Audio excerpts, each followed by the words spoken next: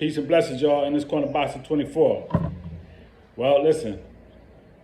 Let's get right into it, man, all right? I don't even want to waste no time. Anthony Joshua, man, he lost again to Usyk. Now, I'm going to just be honest.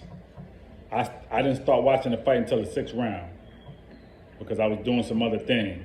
I started watching the 6th round. I said, oh, it's a close fight. I didn't see where Usyk was doing so much. And the 9th round, I saw Anthony Joshua hurt him, man, to the body, hurt him to the head, but he didn't finish him off, okay? He didn't finish him off, and that's his fault. You gotta finish these dudes off, man, when you got them hurt, man, all right?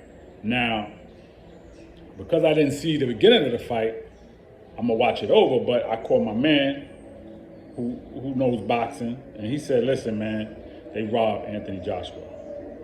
That's what he said to me. I said, you serious? He said, yeah, they robbed him. He said he was beating him the first 5 rounds. So that would mean that if he was beating him, right, all he needed was another 2 rounds to secure that fight. He said Usyk didn't win any more than 3-4 rounds. So that means that sounds like they jerked him, right? Politics, the politics of boxing. It happens over and over and over. This is why when you get an opportunity, you take advantage of it. The opportunity was you had him hurt in the 9th round. I saw that myself. And you didn't push the envelope. You let him get out the round. Don't let him get out the round. I saw in the 7th round when Usyk came out to begin that round that he was breathing hard. He was already tired. And that probably has to do with that extra weight that he put on, okay, because he was smaller in the first fight, so he put on some extra weight. I don't know for what part of their strategy. I don't know what part of the strategy it was, but maybe they felt like they need to be a little bit bigger. Okay, fine, but he was breathing hard, or maybe that's just his conditioning, right? But at the end of the day, when you get these dudes hurt, you gotta finish the job, all right? Anthony Joshua is a big boy, 6'6", 230, 40 pounds. Come on, man. Listen, Robert Garcia, I mean, was that the right pick? Now, somebody gonna say, well, you know, when you change trainers, you don't see the results in the first fight, maybe the second or the third. Come on, man. Depends on what you're teaching the man. Because I could tell you from the outside looking in, as a trainer, and listen, as a dude that got some boxing experience and a boxing background and knows about boxing, no, I'm not no trainer on the level of Robert Garcia, but that don't mean I got no eyes. That don't mean I can't tell you what I see, right? And from my perspective, I want to know what he was teaching them. Because I didn't see a jab. That little thing he got, not effective. You need a real jab, okay? He don't have a jab. That's number one. Muhammad Ali had a jab. Larry Holmes had a snapping jab. Riddick Bowe had a jab. These are big dudes. Even Lennox Lewis had a little jab. These are big dudes too. These are dudes that's 6'5", 6'4". Muhammad Ali was 6'3", 6'4", right? Larry Holmes. Man, these are big dudes with jabs. Everything comes off the jab. Okay? I don't care what it is. Everything comes off the jab. So if he don't have a jab, if he had a jab, he could have neutralized Usyk, a lot of what he was doing, just by throwing a jab, doubling it up. 1, 2, back, 1, back, 1, 2, 3. Just by the jab, man. The jab is your rhythm. It helps you get your rhythm to do the other things you want to do. It helps you open up everything else, man. That's what the jab does. You gain your rhythm off the jab because it's your foundation. So any other punch that you want to do, that you want to perform, you do that off the jab, because the jab is going to keep the fighter in check, per se. It's going to keep him at bay. especially if it's a good jab, like a snapping jab, like a Larry Holmes jab, man, or a power jab like what Jaron Enos got. Come on, man. He don't got no jab. This dude is 6'6", 240 pounds. Where's your jab at? Where's your power? Before the fight, I heard Joshua say, in the first fight, I wasn't trying to hurt Usyk. I was just trying to box. He said, this time I'm trying to hurt him. Come on, man. You didn't do that, man. You hurt him, but you didn't finish it off. That's the second part of it, man. Yeah, you could try to hurt him, but then you got to finish it.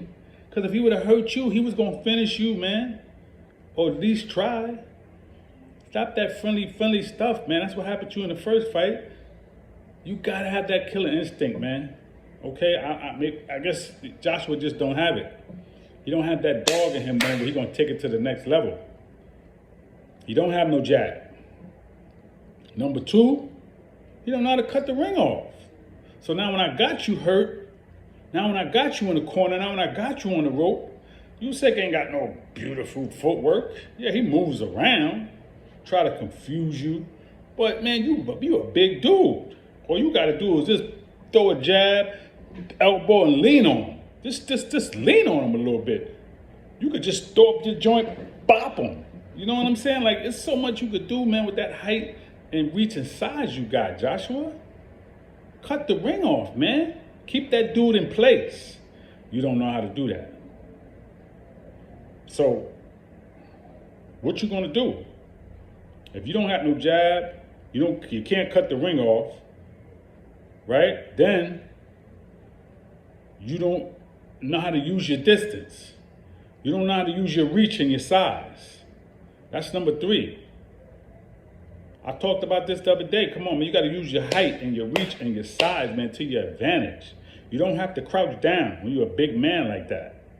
You know what I'm saying? You're not little, man. He's smaller than you. So you take charge.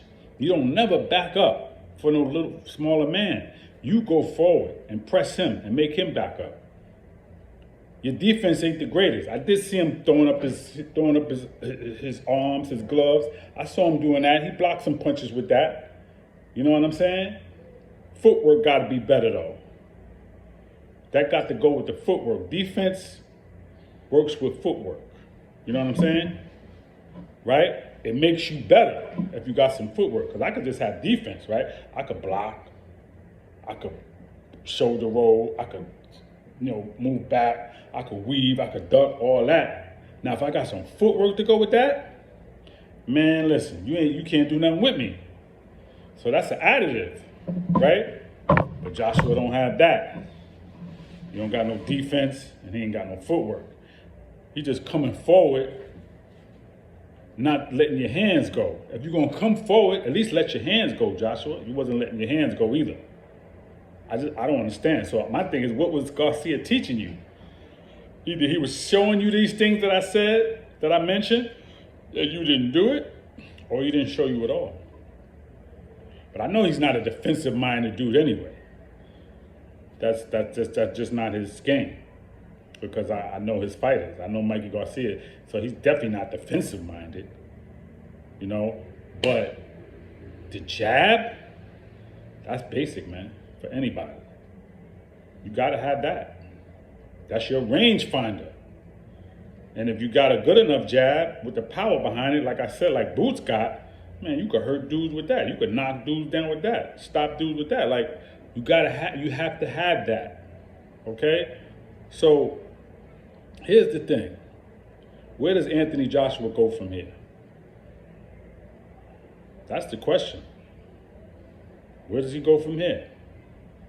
Good thing is, I believe he could sell out stadiums, but it's like, what are you going to do now? You going to fight Usyk a third time? That probably won't happen. I don't know.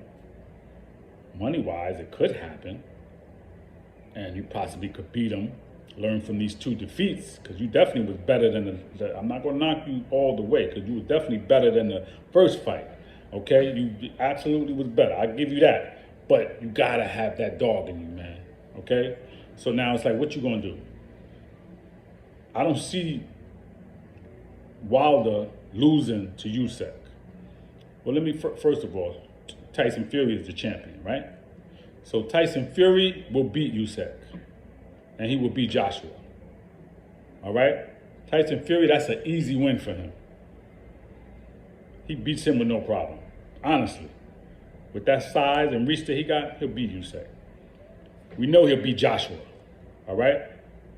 But I'm going to say this, Wilder lets his hands go. Wilder, if he was fighting Usyk, he would have beat him.